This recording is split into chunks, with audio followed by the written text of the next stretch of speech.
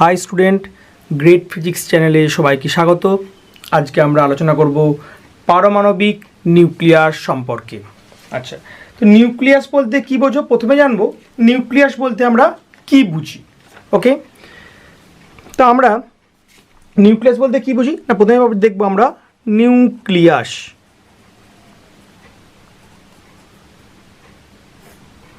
Nucleus কি না, পরমাণুর সমগ্র ধনাত্মক আধান এবং প্রায় সমগ্র ভর পরমাণুর এক অতি ক্ষুদ্র স্থানে কেন্দ্রীভূত থাকে। একটা অতি ক্ষুদ্র স্থানে কেন্দ্রীভূত থাকে।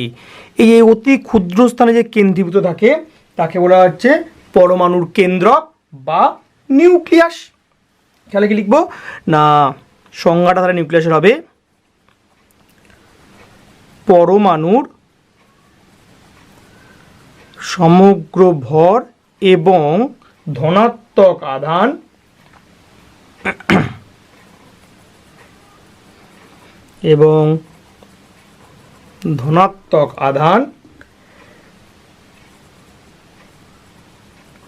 পরমাণুর এক অতি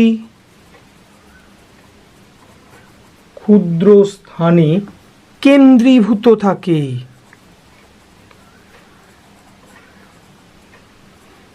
একে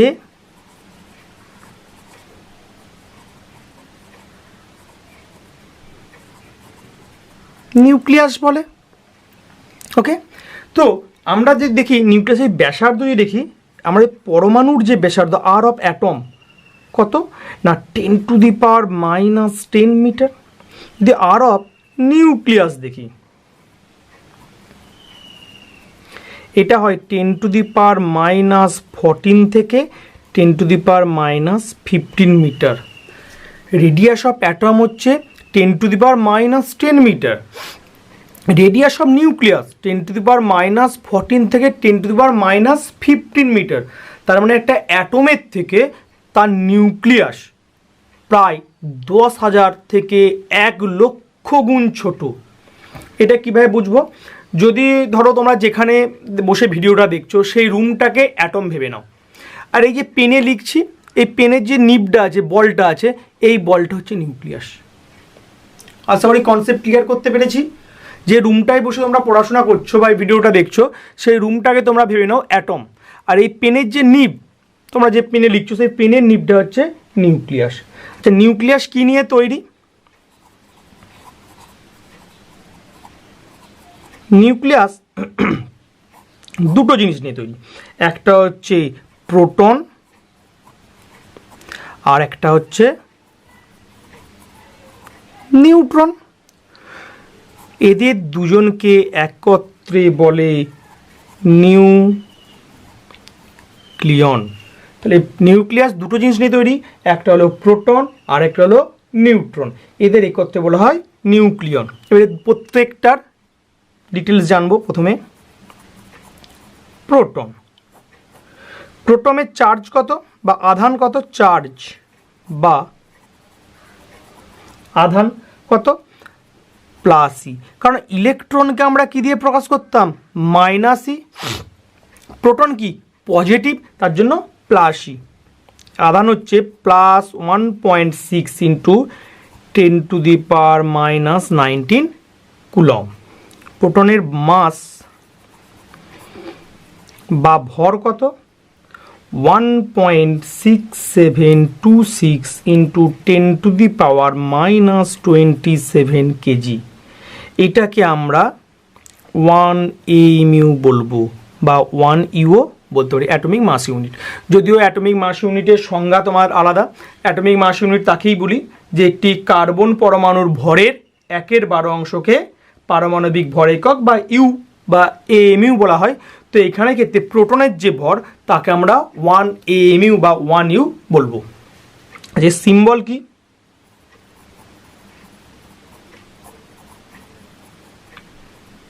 সিম্বল হচ্ছে H11।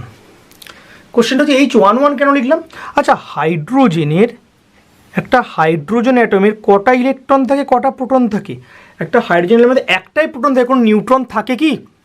কোনো নিউট্রন থাকে না। তাহলে হাইড্রোজেনের ক্ষেত্রে এটা কি অনলি প্রোটন, আর এটা কি এখানে ভর। অ্যাকচুয়ালি এখানের ক্ষেত্রে পরে আমরা অ্যাটমিক নাম্বার বা মাস নাম্বার পড়বো, মানে পারমাণবিক সংখ্যা ভর সংখ্যা আমরা পড়বো। তো এখন এইটা হচ্ছে নিচে আমরা চার্জ লিখেছি, উপরে আমরা কি লিখেছি ভর লিখেছি। তো যেহেতু নিউট্রন নেই তাহলে এটা প্রোটন, এটাও প্রোটনের ভর, তাহলে এই সিম্বল হচ্ছে H11 দিয়ে আমরা লিখি। এইবারে চলে আসবো আমরা নিউট্রন। আচ্ছা, তো নিউট্রনের ক্ষেত্রে আমাদের চার্জ কত নিউটনের? নিউটন কি হয় নিস্তড়িত, মানে চার্জ কত 0। ওকে, নিউটনের মাস কত দেখি, ভর কত দেখি আমরা 1.6749 ইন্টু 10⁻⁻27 কেজি। প্রোটনের ভর কত ছিল 1.6726 ইন্টু 10⁻⁻27। সেখানে নিউট্রনের ভর কত হচ্ছে 1.6749 ইন্টু 10⁻⁻27, খুব সামান্য হলেও বেশি, তাহলে প্রায় দুটো সমান। তাহলে এটাকে আমি অ্যাপ্রক্স 1 AMU লিখতে পারি বা অ্যাপ্রক্স 1 U লিখতে পারি। এর সিম্বল কী হবে বা চিহ্ন কী হবে? এর চিহ্ন হবে N01। নিচে কি লিখবো? চার্জ লিখবো। চার্জ কত 0, আর এখানে আধান ভর কত? ভর হচ্ছে 1। ঠিক আছে, এইবারে পড়বো আমরা নিউক্লিয় বল।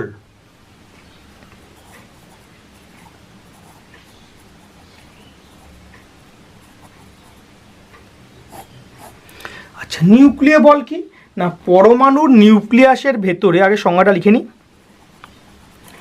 পরমাণুর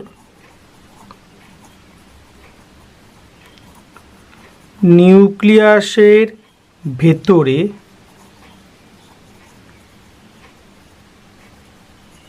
নিউক্লিয়নগুলি যে তীব্র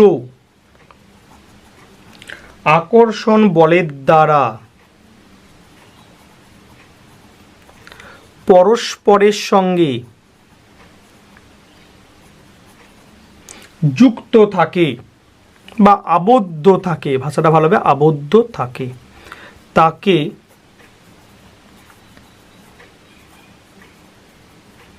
নিউক্লিয় বল বলে।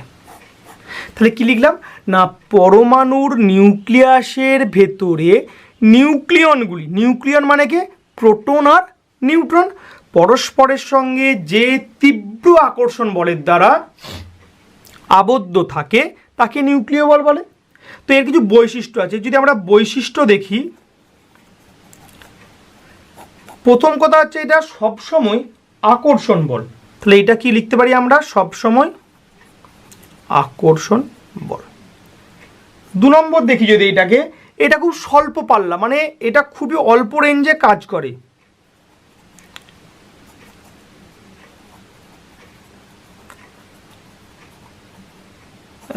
বানানটা ভুল লিখছি,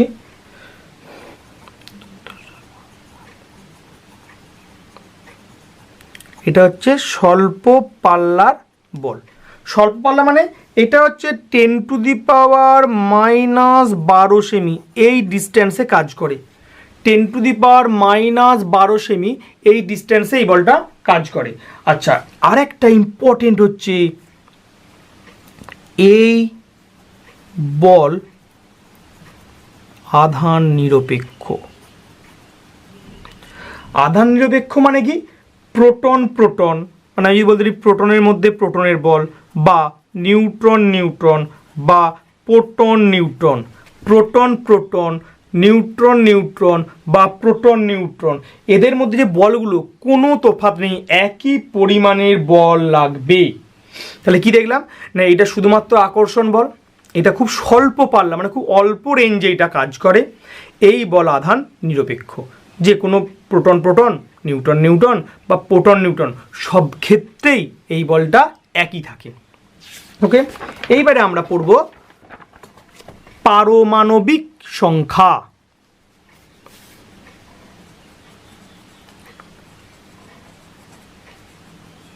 পারমাণবিক সংখ্যা বা অ্যাটমিক নাম্বার, এটাকে আমরা জেড দ্বারা প্রকাশ করি। তাহলে পারমাণবিক সংখ্যা বা অ্যাটমিক নাম্বার কাকে বলে? না কোনো মৌলের নিউক্লিয়াসে থাকা প্রোটন সংখ্যাকে, তাহলে এখানে লিখতে পারি নিউক্লিয়াসের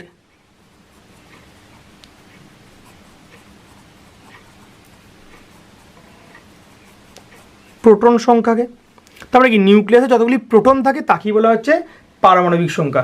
আচ্ছা, আমরা কিন্তু এটাও বলতে পারি যে একটা নিস্তরিত পরমাণুতে যতগুলো ইলেকট্রন থাকে তাকেও ওর পারমাণবিক সংখ্যা বলে। যেমন বলছি একটা নিস্তরিত পরমাণু ধরে নাও Na1123, এটা কি সংখ্যা? এখানে আমরা প্রোটন সংখ্যা লিখি, তো এখানে প্রোটন সংখ্যা 11 মানে ইলেকট্রন সংখ্যা কত? ইলেকট্রন সংখ্যা 11, তাহলে কি নিস্তরিত হতে হবে। কিন্তু যদি এটা Na+ হয়ে যায়, Na+ মানে কি একটা ইলেকট্রন বেরিয়ে গেছে, তাহলে ইলেকট্রন সংখ্যা কটা হয়ে গেছে? 10টা হয়ে গেছে, তখন কিন্তু এটাকে আমি প্রোটন সংখ্যা বলতে পারবো না। এর কিন্তু প্রোটন সংখ্যা কিন্তু তখন এখনও 11টাই আছে, তো এক্ষেত্রে কিন্তু এটাকে আমি পারমাণবিক সংখ্যা বলতে পারবো না। সবথেকে বেস্ট হচ্ছে নিউক্লিয়াসের প্রোটন সংখ্যাকেই বলা হচ্ছে তার পারমাণবিক সংখ্যা। আচ্ছা, এটাকে তাহলে আমরা জেড, এইটা মনে রাখতে হবে, জেড দ্বারা প্রকাশ করা হয়। এইবারে আমরা পড়ব ভর সংখ্যা, এটাকে আমরা এ দিয়ে প্রকাশ করি। ভর সংখ্যাকে আমরা কি দিয়ে প্রকাশ করি? না এ দিয়ে প্রকাশ করি। তাহলে এটা কাকে বলে? না নিউক্লিয়াসের প্রোটন ও নিউট্রনের মোট সংখ্যাকে।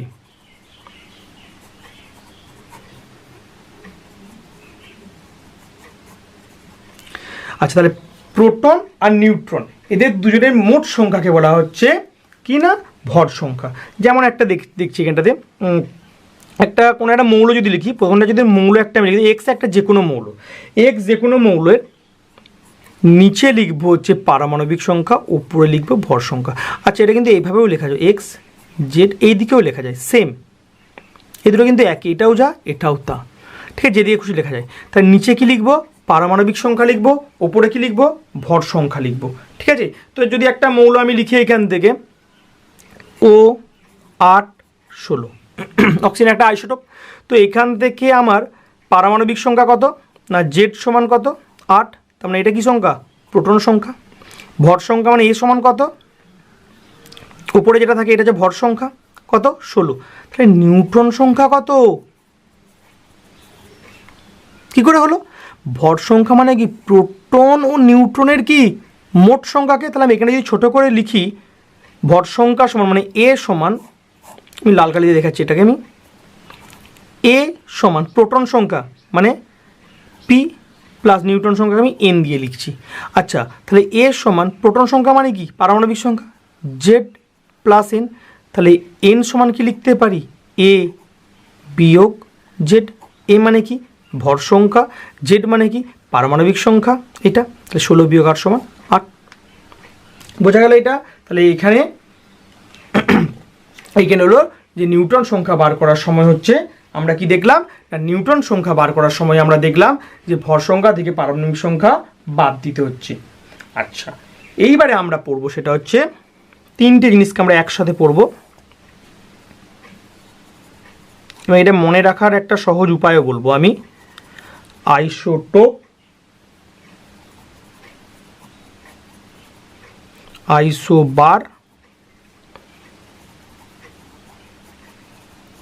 আইসোটোন। আমি ডিফারেন্স কিন্তু করছি না, আমি তিনটাকে মনে রাখার জন্য করব। আইসোটোপ যে সমস্ত মৌলের বা একই মৌলের পারমাণবিক সংখ্যা একই কিন্তু ভর সংখ্যা বিভিন্ন। তার মানে আমি বলতে পারি এখানে আইসোটোপের নিচে আমি লিখতে পারি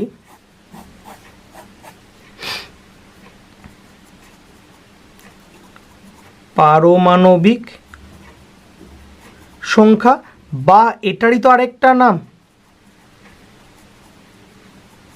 প্রোটন সংখ্যা সেম, আর ভর সংখ্যা কি ডিফারেন্ট। পারমাণবিক সংখ্যা বা প্রোটন সংখ্যা সেম মানে কি? সেটা মৌলটা আমার একই মৌল হলো। আচ্ছা, এইবারে চলে আসবো আমরা আইসোবার। আইসোবারের ক্ষেত্রে ভর সংখ্যাটা সেম, প্রোটন সংখ্যা কি হবে? আলাদা, বা ডিফারেন্ট। তাহলে বলতে হয় তাহলে প্রোটন সংখ্যা আলাদা মানে কি, মৌলটা আমার চেঞ্জ হয়ে গেছে অলরেডি। তাহলে বিভিন্ন মৌলের যাদের প্রোটন সংখ্যা আলাদা কিন্তু ভর সংখ্যা সেম তাদেরকে বলা আছে পরস্পরের আইসোবার, আইসোটোন। এটার ক্ষেত্রে প্রোটন সংখ্যা ডিফারেন্ট, ভর সংখ্যা ডিফারেন্ট, নিউট্রন সংখ্যা সেম। তাহলে আইসোটোনের সংখ্যা কি বলবো না, যেসব পরমাণুর নিউট্রন সংখ্যা সমান তাদেরকে পরস্পরের আইসোটোন বলে। ঠিক আছে, তাহলে আইসোটোপের ক্ষেত্রে পারমাণবিক সংখ্যা সেম, ভর সংখ্যা ডিফারেন্ট। আইসোবারের ক্ষেত্রে ভর সংখ্যা সেম, প্রোটন সংখ্যা ডিফারেন্ট বা পারমাণবিক সংখ্যা ডিফারেন্ট। আইসোটোনের ক্ষেত্রে প্রোটন সংখ্যা আলাদা, ভর সংখ্যা আলাদা, শুধুমাত্র নিউট্রন সংখ্যা সেম। তো এই তিনটে মধ্যে গোলাতে পারে, তো কীভাবে মনে রাখবো? আচ্ছা, এখানে আইসোটোপের কী আছে, এখানে লাস্টে প আছে, প্রোটন সংখ্যার লাস্টে কী আছে, প। তাহলে আইসোটোপের লাস্টে যেহেতু প আছে, প্রোটন সংখ্যার লাস্টে প আছে, অর্থাৎ প্রোটন সংখ্যা সমান আইসোটোপের ক্ষেত্রে। তাহলে ভর সংখ্যা আলাদা, আইসোবার লাস্টে কী আছে, র আছে, ভরের কী আছে, র আছে। তাহলে এখানে আইসোবারের ক্ষেত্রে কি সমান, ভর সংখ্যা সমান। আইসোটোন লাস্টে কি আছে, দন্তন্য আছে, এখানে প্রথমে কি আছে, দন্তন্য আছে। তার টোনের সঙ্গে কী হবে, নিউট্রন সংখ্যা সমান। আশা করি ব্যাপারটা বোঝা গেছে। টোপের প আছে বলে প্রোটন সংখ্যা সমান, আইসোবারের র আছে মানে ভর সংখ্যা সমান, আইসোটোনের দন্তন্য আছে বলে নিউট্রন সংখ্যা সমান। তো প্রত্যেকটা একটা উদাহরণ করে নিই। যেমন আমি এখানে উদাহরণ লিখতে পারি Cl 1735, Cl 1737। এখানে দেখো প্রোটন সংখ্যা দুটোর ক্ষেত্রে কি সেম, কিন্তু ভর সংখ্যা কি দুটোর আলাদা। তাহলে এটা হলো আইসোটোপের উদাহরণ। আইসোবারের উদাহরণ দিই, C614, N714। এখানে দেখো প্রোটন সংখ্যাটা কি দুটোর ক্ষেত্রে আলাদা, কিন্তু ভর সংখ্যা কি দুটোর ক্ষেত্রেই সেম। আচ্ছা, এবারে চলে আসবো আইসোটোনের ক্ষেত্রে। তাহলে আইসোটোনের ক্ষেত্রে আমরা উদাহরণ দিই, এটাই দিই C614 ও 816। আচ্ছা, এখানে নিউট্রন সংখ্যা মানে কি, ভর সংখ্যা বিযুক্ত প্রোটন সংখ্যা। তাহলে কটা নিউট্রন আছে, 8 নিউট্রন। এইখানে কি ভর সংখ্যা বিযুক্ত প্রোটন সংখ্যা, কটা নিউট্রন আছে, 8 নিউট্রন। প্রোটন কটা, 6 প্রোটন, এটাতে 8 প্রোটন। নিউট্রন সংখ্যাটা কি হয়ে গেছে, সেম হয়ে গেছে না। এটাই হলো আইসোটোনের উদাহরণ। আচ্ছা, এইবারে আমরা একটা জিনিস দেখেছি যে যখন অ্যাটমিক, আচ্ছা এটা ক্লিয়ার হয়েছে, এটা লিখে নাও সবাই। নেক্সট শুরু করবো, একটা ছোট্ট টপিক বলবো। ওকে, আমরা এবারে দেখেছি যে অ্যাটমিক মাস বা পারমাণবিক ভর ভগ্নাংশ হয়। ভগ্নাংশ কেন হয় পারমাণবিক ভর? কারণ প্রোটন বা নিউট্রন সে তো কোনোদিন ভগ্নাংশ হয় না। প্রোটন বা নিউট্রন দুটোই কী হয়, সবসময় পূর্ণ সংখ্যা হয়। তাহলে পারমাণবিক ভর ভগ্নাংশ হয় কী করে না, পারমাণবিক ভর ভগ্নাংশ হয় এক কথায়, কারণ রয়েছে আইসোটোপের জন্য। তাহলে আমি যদি এক কথায় লিখি, পারমাণবিক ভর ভগ্নাংশ হওয়ার কারণটা কি, আইসোটোপ। তো আমি ক্লিয়ার করছি ব্যাপারটাকে আরও। তো আমাদের যদি অ্যাভারেজ অ্যাটমিক মাস বা পারমাণবিক ভর এর সূত্রটা হচ্ছে পারমাণবিক গড়, পারমাণবিক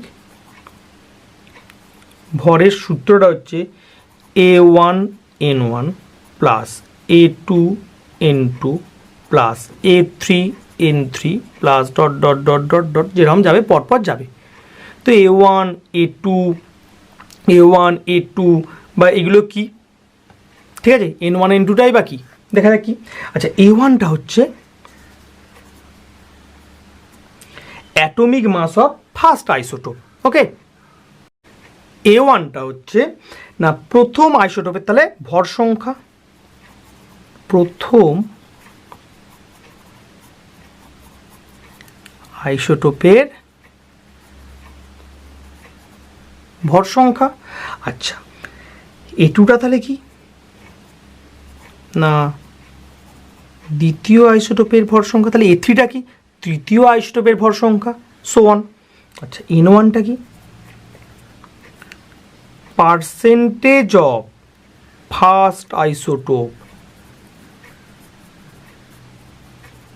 মানে প্রকৃতিতে প্রথম আইসোটোপটা কত পার্সেন্ট পাবো।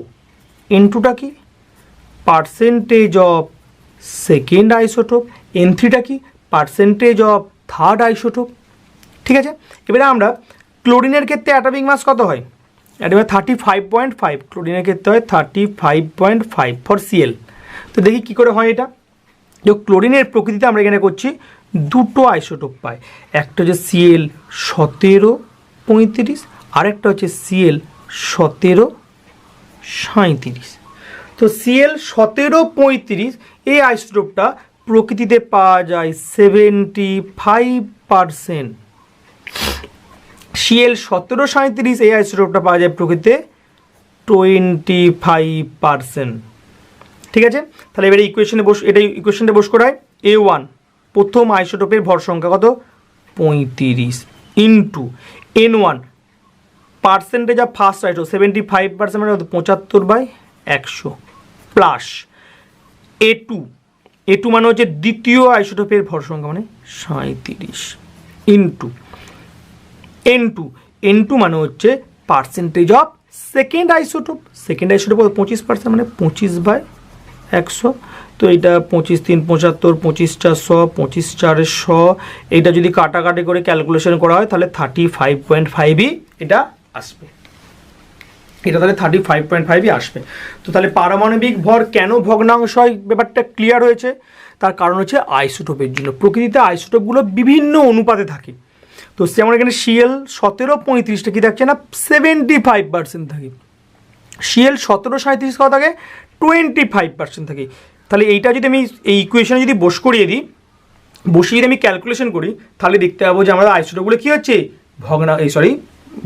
পারমাণবিক ভর কি আসছে না ভগ্নাংশে আসছে। ক্লিয়ার? আচ্ছা, নিউক্লিয়াস সম্বন্ধে আমরা আলোচনা করছি। তো তাহলে নিউক্লিয়াসের শেপ, সাইজ এইগুলো সম্বন্ধে একটু আমরা জেনে নিই। নিউক্লিয়াসের শেপ কীরকম হয়, নিউক্লিয়াসের সাইজ কীরকম হয়, নিউক্লিয়াসের ঘনত্ব কীরকম হয়। তো প্রথমেই যেটা জানবো সেটা হচ্ছে নিউক্লিয়াসের শেপ। নিউক্লিয়াসের শেপ সব সময় গোলকীয়।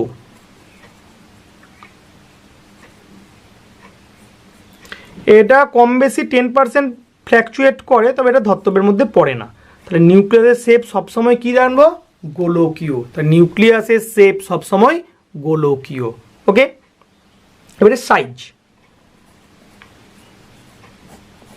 আচ্ছা, নিউক্লিয়াসের শেপ কি বলেছি? গোলকীয়। তাহলে নিউক্লিয়াসের আয়তন কত? নিউক্লিয়াসের আয়তনকে আমি যদি ভি ধরে নিই, আচ্ছা আমি একটা নিউক্লিয়াস আঁকছি, বড় করে একটা নিউক্লিয়াস আঁকছি, নিউক্লিয়াসের রেডিয়াসটা ধরছি আর। তাহলে নিউক্লিয়াসের আয়তন কত না গোলকের আয়তন সূত্র কি না 4/3 পাই r3। তো এটা হচ্ছে নিউক্লিয়াসের আয়তন। তো নানা পরীক্ষা নিরীক্ষার মাধ্যমে, তো নিউক্লিয়াস কথাটা প্রথম বলেছিল কি আমরা জানি না রাদারফোর্ড। তিনি অনেক পরীক্ষা নিরীক্ষা করে দেখেন যে নিউক্লিয়াসের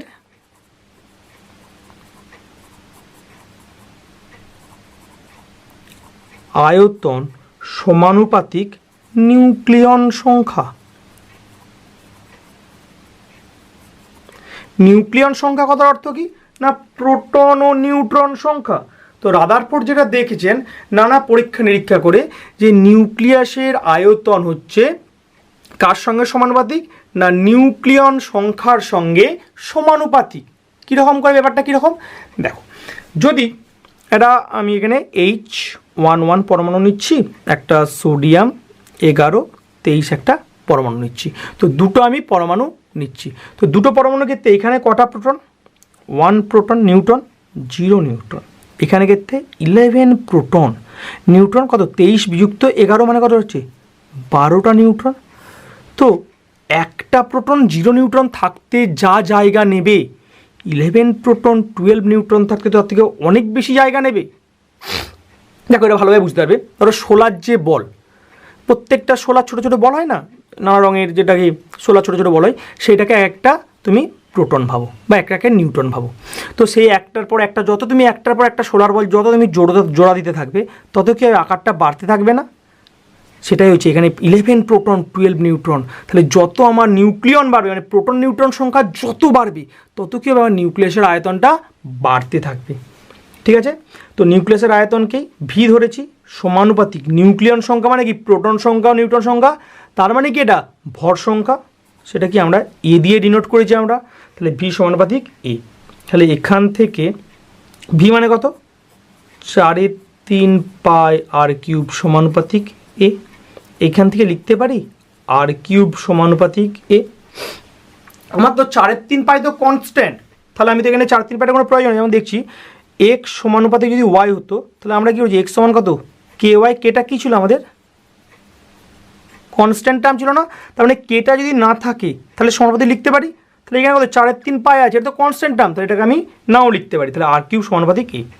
তাহলে এখান থেকে আর এর কত মান পাবো, আর সমানুপাতিক এ টু দি পাওয়ার 3টে এদিকে গেলে 1/3, বা আর সমান R0 এ টু দি পাওয়ার 1/3। আর সমান R0 এ টু দি পাওয়ার 1/3। তো এখানে R0টা কি, এটা কনস্ট্যান্ট টার্ম, তাই তো সমানুপাতিক 2টা সমান এসছে। এইটা হচ্ছে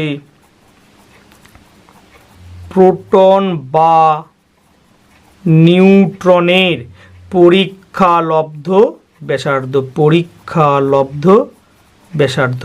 এটা এক্সপেরিমেন্টাল ভ্যালু এবং প্রত্যেকটার ক্ষেত্রে সেম। এর মান হচ্ছে 1.2 ইন্টু 10⁻⁻13 সেমি, বা 1.2 ইন্টু 10⁻⁻15 মিটার। এটাকে লেখা যেতে পারে 1.2 ফার্মি। এইটা হচ্ছে R0 মান, এবং প্রত্যেকটার ক্ষেত্রে এটা হচ্ছে কনস্ট্যান্ট। তাহলে এখানে কি করলাম, নিউক্লিয়াসের আয়তন হচ্ছে ভি সমান 4/3 পাই আর কিউব। কারণটা কি, গোলকের আয়তন এটা। তাহলে নিউক্লিয়াসের আয়তন সমানুপাতিক নিউক্লিয়ন সংখ্যা। কারণ দেখতে পাচ্ছি যত নিউক্লিয়ন সংখ্যা বাড়বে, মানে প্রোটন নিউট্রন সংখ্যা বাড়বে, তো তাদেরকে রাখার জন্য জায়গাও তো বেশি চাই না। তাহলে ভি সমানুপাতিক এ, নিউক্লিয়ন সংখ্যা মানে ভর সংখ্যা। তাহলে ভি এর মানটা এখানে বস করি 4/3 পাই আর কিউব সমানুপাতিক এ। তাহলে আর কিউব সমানুপাতিক এ, আর সমানুপাতিক 1 এ টু দি পাওয়ার 1/3। তো এখানে R0 এ টু দি পাওয়ার 1/3। এইবারে আমরা বার করব নিউক্লিয়াসের ঘনত্ব। তাহলে এটা বোঝা গেছে, এবার নিউক্লিয়াসে আমরা ঘনত্বে আসবো।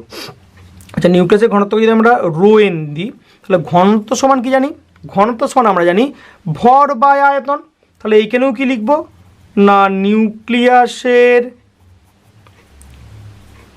ভর বাই নিউক্লিয়াসের কি আয়তন। কারণ আমরা জানি ঘনত্ব সমান কি জানি, আমরা জানি ঘনত্ব সমান ভর বাই আয়তন। তাহলে এইখানেও সেমভাবে লিখলাম নিউক্লিয়াসের ভর নিউক্লিয়াসের আয়তন। আচ্ছা, তাহলে এইখানে নিউক্লিয়াসের ভর মানে এ, নিউক্লিয়নের ভর তার মানে নিউক্লিয়নের ভর মানে কত এ, কিন্তু একটি নিউক্লিয়াসের ভর কত 1 AMU। তাহলে নিউক্লিয়াসের ভর কত না, এ হচ্ছে নিউক্লিয়ন সংখ্যা, আর একটা নিউক্লিয়াসের ভর কত 1 AMU। তাহলে এ ইন্টু 1 AMU। নিউক্লিয়াসের আয়তন কত ভি। তাহলে এইখানে লিখতে পারি এ ইন্টু 1 AMU। আচ্ছা, ভি এর মানটা তো আমরা বার করেছি না, 4/3 পাই আর কিউব, 4/3 পাই আর কিউব সমান এ ইন্টু 1 AMU, 4/3 পাই। আর এর মান কত, এটা না R0 এ টু দি পাওয়ার 1/3, তার কি হয়ে গেল হোল কিউব। তো এখান থেকে আমি এখানে সমান দিয়ে লিখছি A into 1 AMU by 4/3 pi into R0 cube into A. 3 কেটে গেলে, তাহলে এ এর সঙ্গে এ কী হলো, কেটে গেল।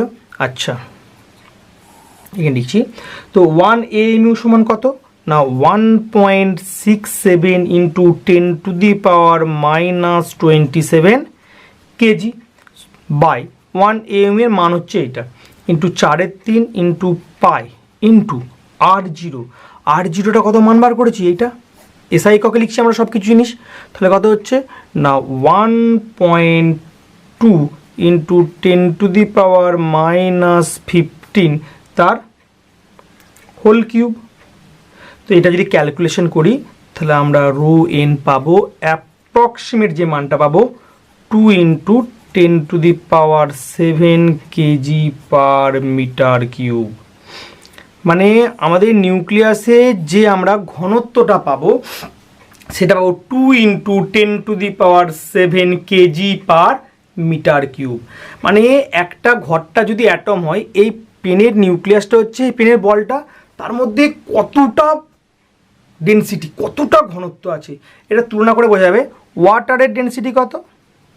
ওয়াটারের রো হচ্ছে আমাদের 10⁻³ কেজি পার মিটার কিউব। তাহলে একটা ওয়াটার থেকে 10⁻14 গুণ বেশি ঘনত্বযুক্ত হচ্ছে নিউক্লিয়াস। ঠিক আছে, আরেকটা কথা এখানে, সমস্ত মৌলের ক্ষেত্রে, সমস্ত মৌল ক্ষেত্রে নিউক্লিয়াসের ঘনত্ব প্রায় একই হয়। এটা মনে রাখো, সমস্ত মৌলের ক্ষেত্রে নিউক্লিয়াসের ঘনত্ব প্রায় একই হয়। Thank you. এর পরেরতে আমরা আলোচনা করব রেডিও অ্যাক্টিভিটি বা তেজস্ক্রিয়তা। Thank you.